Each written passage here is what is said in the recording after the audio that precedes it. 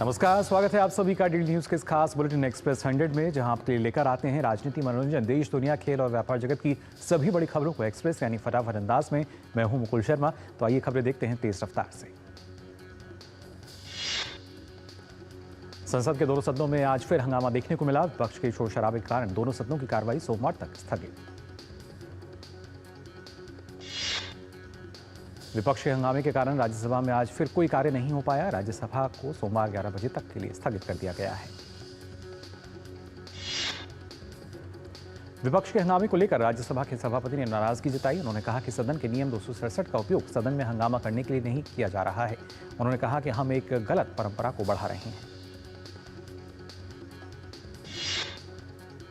शीतकालीन सत्र के पहले सप्ताह में कामकाज प्रभावित होने पर आजाद समाज पार्टी के काशीराम के नेता चंद्रशेखर ने सदन चलने की मांग की। विपक्ष के लगातार हंगामे के बीच लोकसभा की कार्रवाई सोमवार तक के लिए स्थगित हो गई है।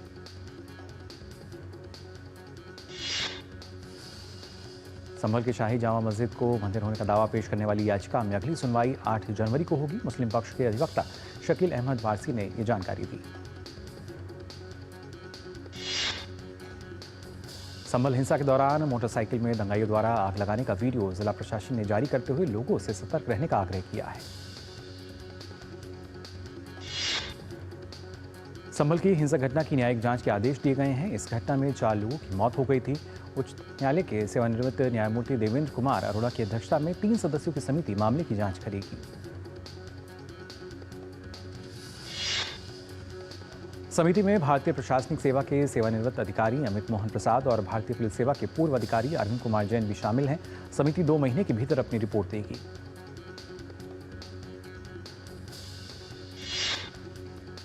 संभल में जुमे की नमाज को लेकर पुलिस और प्रशासन पूरी तरह से सतर्क हैं। 24 नवंबर को शाही जामा मस्जिद सर्वे को लेकर हुई पत्थरबाजी की घटना के बाद उत्तर प्रदेश के संभल में आज की नमाज से पहले इलाके में सुरक्षा बढ़ा दी गई है। इलाके में आरएएफ के जवान तैनात हैं, जिन्होंने आज सुबह फ्लैग मार्च भी किया।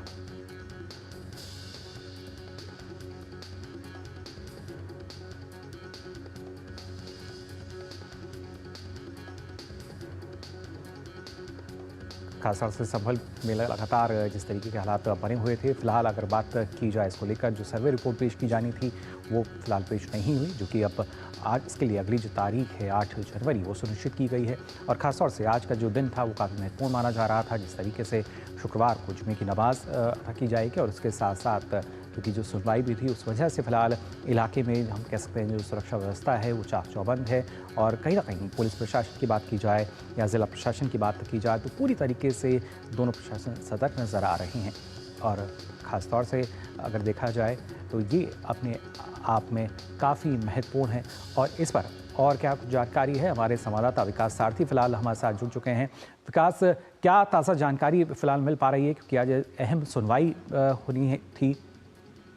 देखिए, सुप्रीम कोर्ट ने कहा है कि इस मामले में जो प्रभावित पक्ष है यानी मस्जिद पक्ष है उसको एक अपील का अधिकार है कि उनकी अपील पर सुनवाई होनी चाहिए। इसीलिए कोर्ट ने फिलहाल जो निचली अदालत में कार्रवाई चल रही थी उस पर ये कहा है कि जब तक हाईकोर्ट में सब इनकी अपील पर कोई निर्णय नहीं ले लिया जाता तब तक निचली अदालत अपने सुनवाई पर और अपनी कार्रवाई पर आगे नहीं बढ़े। हालांकि आप जानते हैं कि निचली अदालत में पहले ही 8 जनवरी तक जो मामले की सुनवाई टल गई है, लेकिन इस बीच सुप्रीम कोर्ट ने भी कह दिया है कि जब तक हाईकोर्ट में सब इनकी अपील पर, मस्जिद पक्ष की अपील पर कोई निर्णय नहीं ले लिया जाता तब तक यथास्थिति बनी रहे। और कोर्ट ने कहा कि हम फिलहाल इस मामले का निपटारा नहीं कर रहे हैं, इस मामले को लंबित रख रहे हैं और सुप्रीम कोर्ट भी जनवरी में इस मामले पर दोबारा सुनवाई करेगा। और इस बीच कोर्ट ने डिस्ट्रिक्ट एडमिनिस्ट्रेशन से कहा कि वो सौहार्द और शांति बनाए रखने के लिए हर जरूरी कदम उठाए। सबसे जरूरी चीज वहां पर शांति व्यवस्था को बरकरार रखना है और लोगों के बीच सौहार्द कायम रखना है। डिस्ट्रिक्ट एडमिनिस्ट्रेशन को ये डायरेक्शन कोर्ट ने दी है और ये भी कहा है कि जो समितियां बना करके आपसी विचार विमर्श से अगर किसी चीज का समाधान हो सकता है तो उसके लिए भी प्रयास किए जाएं, यानी डिस्ट्रिक्ट लेवल पर कमेटी बनाई जाए जो आप दोनों पक्ष आपस में बैठकर बातचीत करने की कोशिश करें। ये भी सुप्रीम कोर्ट की तरफ से एक सुझाव दिया गया है और डिस्ट्रिक्ट एडमिनिस्ट्रेशन से कहा है कि वो इस दिशा में भी काम करे। तो कुल मिलाकर अभी निचली अदालत की जो कार्रवाई है, हालांकि वो पहले ही 8 जनवरी तक लंबित कर दी गई थी, लेकिन सुप्रीम कोर्ट ने भी ये कह दिया है कि मुस्लिम पक्ष को या मस्जिद पक्ष को अपील पर सुनवाई का एक हक है, इसीलिए हाईकोर्ट वो जाएं और हाईकोर्ट उनकी जो भी प्रेयर्स हैं उन पर गौर करे और एक उचित आदेश पारित करे और तब तक किसी तरह की कार्रवाई निचली अदालत में नहीं हो। जी बिल्कुल विकास, यानी माना जा सकता है कि नियमानुसार सुप्रीम कोर्ट से जो हिदायत दी गई है, नियमानुसार एक तरीके से जो कार्रवाई है वो की जाए और उसी वजह से पहले उच्चतम न्यायालय में इसकी सुनवाई हो। देखिए, अब जो प्रक्रिया है उसमें जो मस्जिद पक्ष है वो हाई कोर्ट में जाएगा और जो लोअर कोर्ट का ऑर्डर था कि कोर्ट कमिश्नर, एडवोकेट कमिश्नर को भेज करके उस जगह का मुआयना कराने का, उसके खिलाफ जो अपील है मस्जिद पक्ष की, उस पर सुनवाई करेगा कि वो कितना उचित था। क्योंकि जैसे मस्जिद पक्ष कह रहा है कि ये बार्ड है प्लेसेस ऑफ वर्शिप एक्ट, ये उनकी दलील है। हालांकि जो पक्ष जो इस मामले में याचिका करता है उनका कहना है कि ये एक्ट उन पर लागू नहीं होता है। तो मेंटेनेबिलिटी को जो एक लगातार चुनौती देने की बात की जा रही थी मस्जिद पक्ष की ओर से, वो एक मौका उनको सुप्रीम कोर्ट के इस आदेश के बाद मिल गया है। वो हाई कोर्ट में जाकर के इसी आर्गुमेंट को प्रेस करेंगे कि यहाँ ये जो सर्वे का आदेश है एडवोकेट कमिश्नर द्वारा वो ठीक नहीं है। क्या उनके ग्राउंड्स हैं वो कोर्ट के सामने रखेंगे, हाई कोर्ट के साममने, और हाई कोर्ट उस पर एक उचित फैसला देगा। तब तक जब तक हाई कोर्ट निस्तारण नहीं कर देता मस्जिद पक्ष की अपील का, तब तक आगे की कार्रवाई, जैसा आप जानते हैं कि वहां पर वो सर्वे की रिपोर्ट पेश की जानी थी लोअर कोर्ट में और उसके आधार पर लोअर कोर्ट अपने आदेश देता जो भी रिपोर्ट थी उसके बेसिस पर। तो वो सारी प्रक्रिया फिलहाल उस पर एक तरीके के ब्रेक लग गए हैं। हालांकि ऐसा नहीं हुआ है कि उसको सेट असाइड कर दिया है कोर्ट ने। सुप्रीम कोर्ट ने बोला है कि इनको अपील पर सुनवाई के लिए पर्याप्त मौका दिया जाए मस्जिद पक्ष को, उसके बाद की जो कार्रवाई होगी वो आगे तय होगा कि किस दिशा में ये पूरा मामला जाता है, हाईकोर्ट का ऑर्डर क्या आता है। हाईकोर्ट के ऑर्डर से जाहिर है एक पार्टी एग्रीव्ड होगी, चाहे वहां पर मंदिर को लेकर याचिका दायर करते हैं तो मामला हाईकोर्ट के सामने लिस्ट किया जाए और हाईकोर्ट के फर्दर डायरेक्शंस तक के लिए वेट किया जाए और तब तक के लिए ट्रायल कोर्ट की प्रोसीडिंग रुकी रहेगी जब तक हाईकोर्ट अपना निर्देश नहीं दे देता है। और ये मामला अभी ट्रायल कोर्ट में 8 जनवरी को लगा हुआ है। साथ ही साथ ऑनरेबल सुप्रीम कोर्ट ने यह भी निर्देश दिया है कि जो एडवोकेट कमिश्नर महोदय हैं वो अपनी रिपोर्ट सील कवर में दाखिल करेंगे। तो इसका क्या मतलब निकाला जाए कि ट्रायल कोर्ट की प्रोसीडिंग पर एक तरह से स्टे हो गया? नहीं, ट्रायल कोर्ट की प्रोसीडिंग का भी एक लिमिटेड स्टे है जब तक ऑनरेबल इलाहाबाद हाईकोर्ट ये अप्रोच नहीं करते हैं। और जब ऑनरेबल इलाहाबाद हाईकोर्ट अप्रोच करेंगे और मैटर ऑनरेबल हाईकोर्ट में लिस्ट हो जाएगा तो ऑनरेबल इलाहाबाद हाईकोर्ट डिसाइड करेगी कि ट्रायल कोर्ट की प्रोसीडिंग स्टे रहनी कि नहीं रहनी है। पर साथ ही साथ जो एडवोकेट कमीशन है उसको रिपोर्ट दाखिल करने से नहीं रोका गया है, वो अपनी रिपोर्ट दाखिल करेंगे और सील कवर में दाखिल करने की बात कही गई। In English if you can explain. Sir, इधर ये माना जाए कि जो मुस्लिम पक्ष जो याचिका में का हवाला देकर के उच्चतम न्यायालय आया था तो जो फौरी राहत की मांग कर रहा था वो फौरी राहत मुस्लिम पक्ष को मिल गई है? देखिए, उन्होंने जो मांग की थी, उन्होंने तो इस ऑर्डर को पूरी सेटिसाइड करने की मांग की थी। 19 नवंबर 2024 के ऑर्डर को सेटिसाइड करने की मांग की थी, तो सुप्रीम कोर्ट ने उसको अभी एंटरटेन नहीं किया। उन्होंने कहा कि आप ये सारी बातें हाई कोर्ट में चैलेंज कर सकते हैं बाय वे ऑफ रिवीजन या जो भी आपको लिबर्टी लॉ में प्रोवाइडेड है, और हाई कोर्ट फिर डिसाइड करेगा इस मामले में आगे कैसे प्रोसीड करना। इंग्लिश में एक बार explain. Yes, today the matter was listed before the honourable Supreme Court pertaining to the Sambhal issue. The concerned mosque committee had approached the Honorable Supreme Court challenging the order of Civil Judge Senior Division directly in the Supreme Court by way of an SLP under Article 136. The Honorable तो इस वक्त की बड़ी खबर लगातार आपको हम बता रहे हैं, जहां संभल मामले में सुप्रीम कोर्ट का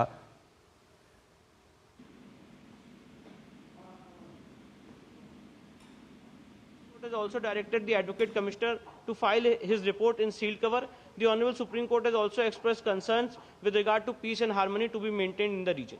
Vishnu, there was direct, argument by the Muslim side that, these kind of surveys that are being ordered should be stopped. What was the court's view? The court has said that we are expressing no opinion on the merits of the case. It is recorded in the order that we are not expressing any opinion on the merits of the case. You have the liberty to challenge this order before the High Court, and court has asked them to challenge this order before the High Court, and if the same is filed, it should be listed before the High Court within 3 working days. So what happens in the trial court? Is it stayed now? No, trial court proceedings are stayed as of now till the time matter is filed before the High Court, and the moment the matter is filed before the High Court will decide as to how the proceedings before the trial court will go on. Happened in Supreme Court, so both sides did not say any, they did not present any arguments. No, it was because directly the order of Civil Judge Senior Division is challenged before the Supreme Court. So the liberty is there before the Honorable High Court to challenge the order of 19th of November, and that is what the Honorable Supreme Court has directed, that you can approach and you can avail the remedies which are available under law. So you have got the plea of Masjid side. What were the points that Masjid side had? No, Masjid side was not, they were making their arguments, but the court said that we are not entering into the merits of the case. You have the liberty to challenge this order, and we are not expressing any opinion on the merits of the case.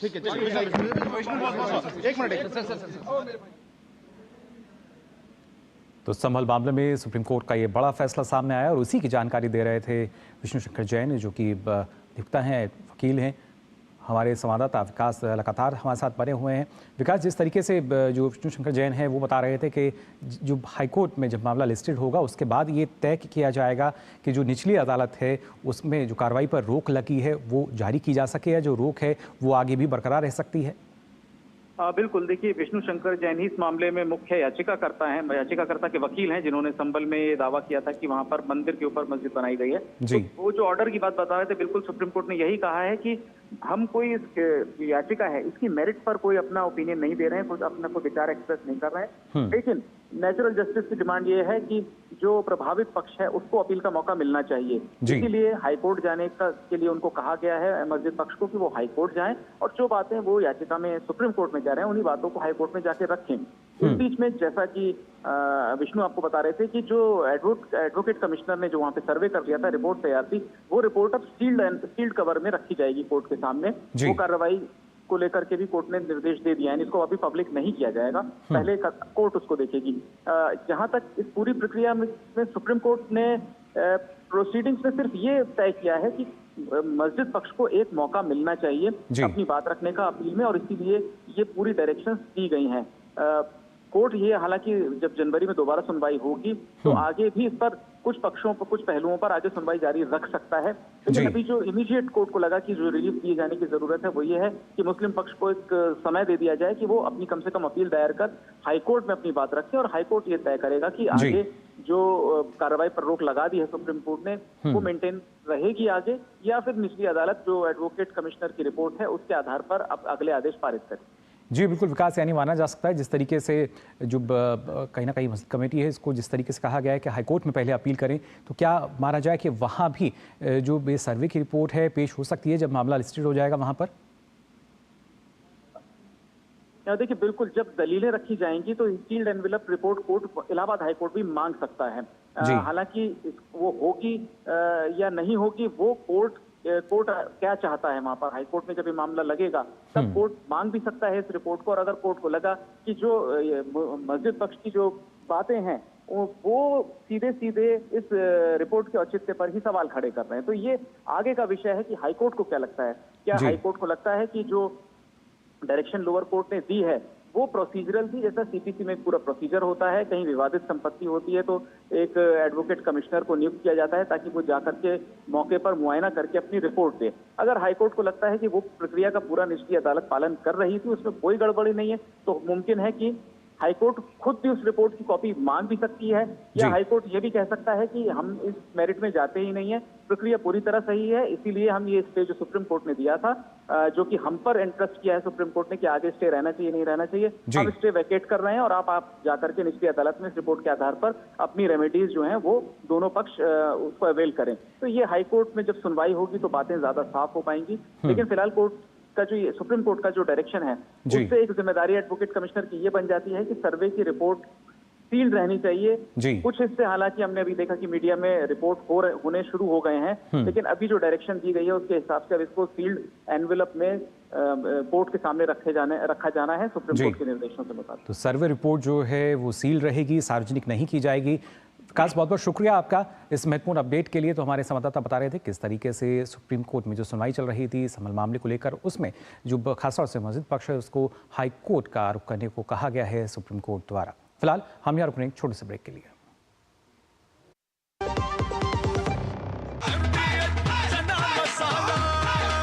अब छोलिया हो या लोबिया, सफेद चने या काले चने, सब कुछ मजेदार बने।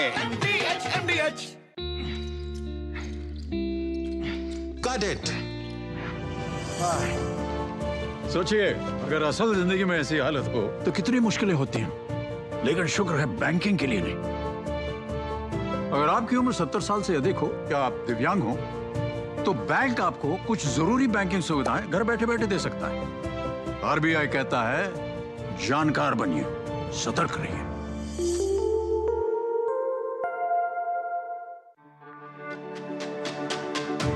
मेरी पसंद, मेरी पसंद, मेरी पसंद, मेरी पसंद, हमारी पसंद, हम सबकी पसंद। मजबूत देश का मजबूत सरिया हो गया स्टील। MDH की देगी मिर्च, देगी मिर्च का तड़का, अंग अंग फड़का। MDH की देगी मिर्च। ब्रेक के बाद आप सभी का एक बार फिर स्वागत। आप देख रहे हैं एक्सप्रेस 100। अब आइए खबरें देखते हैं तेज रफ्तार से। राष्ट्रपति द्रौपदी मुर्मू तमिलनाडु के दौरे पर हैं। राष्ट्रपति आज उत्तरमंडल स्थित राजभवन में आदिवासी महिला स्वयं सहायता समूह के सदस्य और नीलगिरी जिले के आदिवासी समुदाय के प्रमुख सदस्यों के साथ बातचीत करेंगी। राष्ट्रपति कल तिरुवर में तमिलनाडु केंद्रीय विश्वविद्यालय के दीक्षांत समारोह में शामिल होंगी। पीएम मोदी आज ओडिशा के दौरे पर रहेंगे। पीएम भुवनेश्वर में पुलिस महानिदेशकों और महानिरीक्षकों के अखिल भारतीय सम्मेलन में भाग लेंगे। पीएम भुवनेश्वर स्थित बीजेपी मुख्यालय में पार्टी के सांसदों, विधायकों और अन्य पदाधिकारियों के साथ भी बैठक करेंगे। सैन्य आर्टिस्ट सुदर्शन पटायत ने पीएम मोदी के ओडिशा दौरे को लेकर पूरी बीच पर रेत में कलाकृति बनाई है। उन्होंने लिखा, प्रधानमंत्री नरेंद्र मोदी और गृह मंत्री अमित शाह का मंदिरों और समृद्ध संस्कृति व विरासत की भूमि ओडिशा में स्वागत है। मध्य प्रदेश के खंडवा में घंटागढ़ चौक पर गुरुवार रात एक बड़ा हादसा हो गया। खंडवा में मशाल जुलूस के दौरान आग भड़कने से 30 से ज्यादा लोग झुलस गए। हादसे की जानकारी मिलते ही पुलिस और प्रशासन के अधिकारी जिला अस्पताल पहुंचे। खंडवा एसपी मनोज राय ने बताया कि श्रद्धांजलि कार्यक्रम था जिसमें मशाल लगते समय आग लगी। जम्मू कश्मीर पुलिस ने कल डोडा के बथवा से आतंकवादियों के एक सहयोगी को गिरफ्तार किया है। वरिष्ठ पुलिस अधीक्षक ने बताया कि आरोपी कई सोशल मीडिया प्लेटफॉर्मों के माध्यम से सीमा पार आतंकवादी संगठनों के साथ संपर्क में था। संदिग्ध के आवास की तलाशी में आपत्तिजनक सामग्री और दस्तावेज बरामद किए गए हैं। मध्य प्रदेश के मुख्यमंत्री मोहन यादव ने अपनी यूके और जर्मनी यात्रा पर संतुष्टि जताई है। उन्होंने कहा कि जर्मनी में कृषि, एआई, स्वास्थ्य, शिक्षा सभी क्षेत्रों में अच्छी प्रतिक्रिया मिल रही है।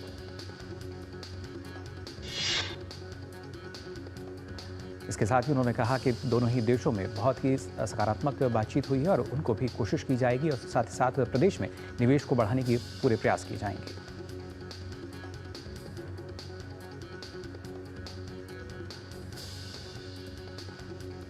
आपको बता दें, कोर्ट सोमवार को खासतौर से अगर बात की जाए प्रेप 4 को लेकर इस मामले में दोबारा सुनवाई करेगा। स्कूलों में हाइब्रिड मोड में चलाने की अनुमति भी जारी रहेगी।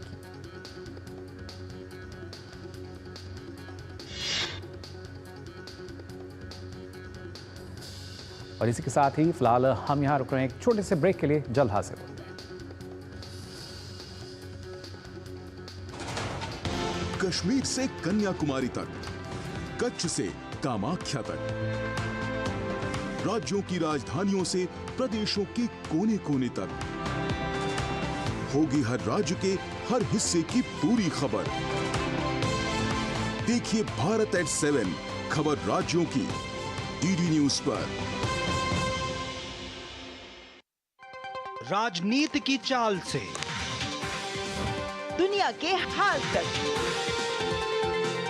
खेल के मैदान से किसान के खलियान तक, दिन भर की हर छोटी बड़ी खबर को समेटे खबर के हर किरदार को दिखाते हैं हम। डीडी न्यूज का प्राइम टाइम। ब्रेक के बाद आप सभी का एक बार फिर स्वागत। आइए खबर पढ़ते हैं तेज रफ्तार से। मध्य प्रदेश के मुख्यमंत्री मोहन यादव ने अपनी यूके और जर्मनी यात्रा पर संतुष्टि जताई। उन्होंने कहा कि जर्मनी में कृषि, एआई, स्वास्थ्य, शिक्षा सभी क्षेत्रों में उन्हें अच्छी प्रतिक्रिया मिल रही है। कांग्रेस के वरिष्ठ नेता और पूर्व केंद्रीय मंत्री पी चिदंबरम के एक ताज़ा बयान के बाद भाजपा लगातार कांग्रेस पर हमलावर है। भाजपा प्रवक्ता शहजाद पूनावाला ने कहा कि कांग्रेस पार्टी के अंदर ही राहुल गांधी की बातों को गंभीरता से नहीं लिया जा रहा। वहीं छत्तीसगढ़ के राजनांदगांव जिले के एक अनोखा मामला सामने आया है। वैसे तो सगाई की रस्म में अंगूठी पहनाने का रिवाज है, लेकिन जरवाही तहसील में डोंगरगढ़ में एक अनोखी सगाई हुई, जहां सगाई कार्यक्रम में युवती ने युवक को एक दूसरे को हेलमेट पहनाकर रस्म को पूरा किया। सड़क हादसे में पिता होने के बाद दूल्हा वीरेंद्र समेत उनका पूरा परिवार हेलमेट के प्रति लोगों को जागरूक कर सामाजिक संदेश दे रहा है। भारतीय नौसेना के लिए इलेक्ट्रिक प्रमोदन प्रणाली के डिजाइन और विकास पर सहयोग के लिए आशय पत्र पर भारत और ब्रिटेन की रक्षा मंत्रालयों के बीच हस्ताक्षर हुए। महाराष्ट्र के मुख्यमंत्री को लेकर आज स्थिति साफ होने की उम्मीद है। देर रात तक दिल्ली में केंद्रीय गृह मंत्री अमित शाह के घर पर एक अहम बैठक चली।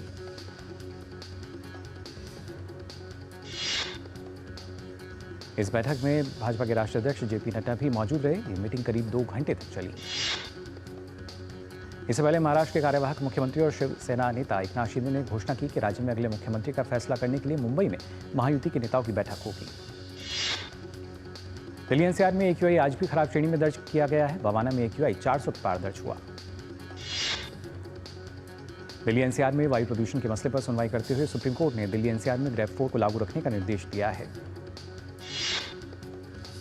इस पूर्व मामले में कोर्ट सोमवार को इसकी दोबारा सुनवाई करेगा। वहीं स्कूलों को हाइब्रिड मोड पर चलाने की अनुमति भी जारी रहेगी। स्कूलों को हाइब्रिड मोड पर चलाने की अनुमति जारी रहने के साथ ही सुप्रीम कोर्ट द्वारा नियुक्त 13 कोर्ट कमिश्नरों की रिपोर्ट्स दिल्ली एनसीआर के राज्यों को सौंपी जाएंगी। वहीं मुंबई की वायु गुणवत्ता में आज मामूली सुधार देखने को मिला है। मुंबई में आज स्मॉग की मोटी परत नहीं दिखाई दी। विश्व प्रसिद्ध ताजमहल धुंध की चादर में ढक गया है। इससे पर्यटकों को ताजमहल का दीदार करना थोड़ा मुश्किल हो रहा है। मुरादाबाद भी वायु प्रदूषण की मार झेल रहा है। शहर में आज सुबह धुंध की मोटी परत देखने को मिली।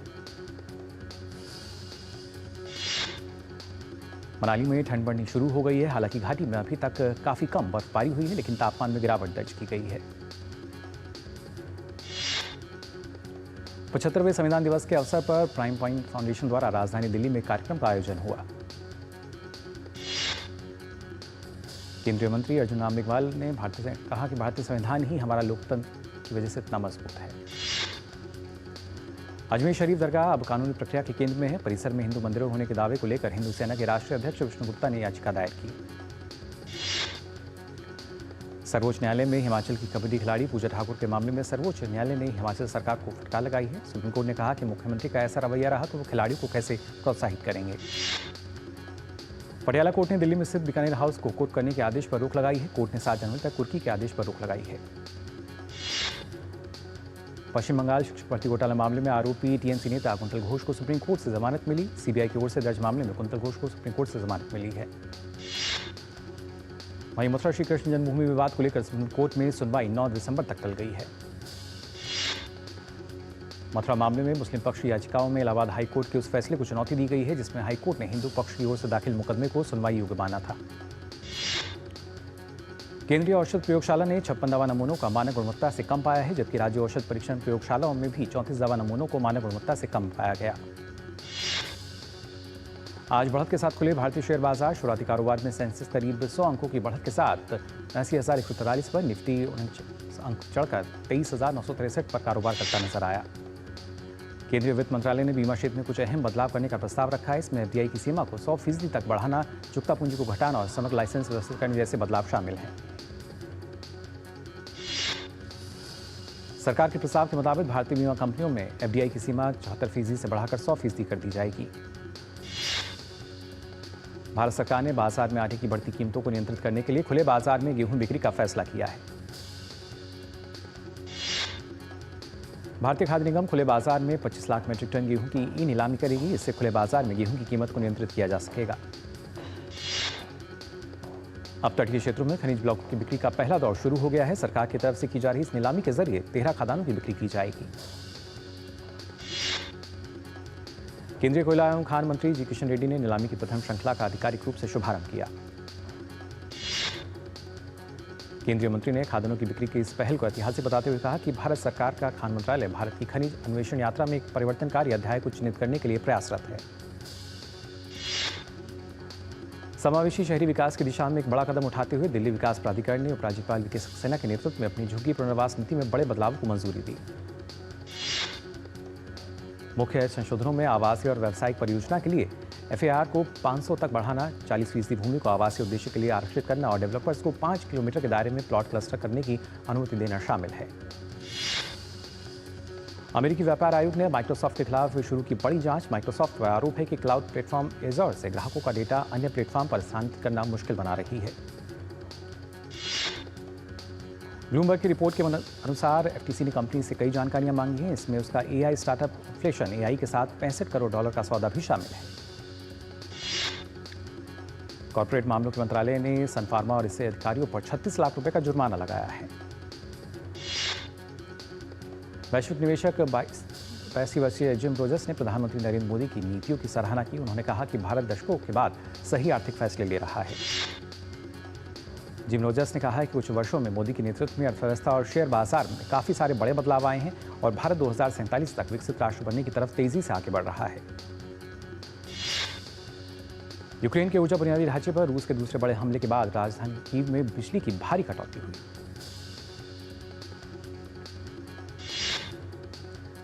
राष्ट्रपति पुतिन ने कहा कि मॉस्को ने यूक्रेन द्वारा रूसी क्षेत्र पर अमेरिकी मध्य दूरी की ATACMS मिसाइल से किए गए हमलों के जवाब में हमला किया है। यूक्रेन के सरकारी ग्रिड ऑपरेटर यूक्रेनगो ने हमले से हुए नुकसान के कारण पूरे देश में भारी बिजली कटौती की घोषणा करते हुए बताया कि कुछ उपभोक्ताओं को कम से कम 12 घंटे तक बिजली नहीं मिलेगी। ऑस्ट्रेलियाई सीनेट की ओर से 16 से कम उम्र के बच्चों के सोशल मीडिया इस्तेमाल पर रोक लगाने वाले बिल को पारित किया गया है। दुनिया में यह इस तरह का पहला कानून होगा। इस कानून में व्यवस्था की गई है कि टिकटॉक, फेसबुक और इंस्टाग्राम समेत सोशल मीडिया मंच पर यदि 16 साल से कम उम्र के बच्चे के अकाउंट खोलने पर रोक लगाने में विफल रहते हैं तो उन पर 5 करोड़ ऑस्ट्रेलियाई डॉलर का जुर्माना लगेगा। अफ्रीकी देश युगांडा में भूस्खलन ने तबाही मचाई है। युगांडा में कई गांवों में भारी बारिश के कारण हुए भूस्खलन से दर्जनों घर दब जाने से 15 लोगों की मौत और 100 अन्य घायल हैं। युगांडा राष्ट्रीय सड़क प्राधिकरण और पुलिस के अनुसार मूसलाधार बारिश के कारण नील नदी, जिसकी मुख्य शाखा युगांडा से होकर गुजरती है, अपने तटों से तोड़कर बह गई और देश के उत्तर पश्चिम से जोड़ने वाले राजमार्ग पर भी उसकी वजह से बाढ़ आ गई। वेनेजुएला की नेशनल असेंबली ने सर्वसम्मति से साइमन बोलिवर लिबरेटर नाम से कानून पारित किया है। इस कानून के तहत राजनीतिक दौड़ में शामिल भावी उम्मीदवारों पर वेनेजुएला के खिलाफ अमेरिकी प्रतिबंधों का समर्थन करने के मामले में 60 साल तक का लंबा प्रतिबंध लग सकता है। साथ ही साइमन बोलिवर लिबरेटर ने कानून में अनुपस्थित लोगों पर मुकदमा चलाने का एक प्रावधान भी शामिल है।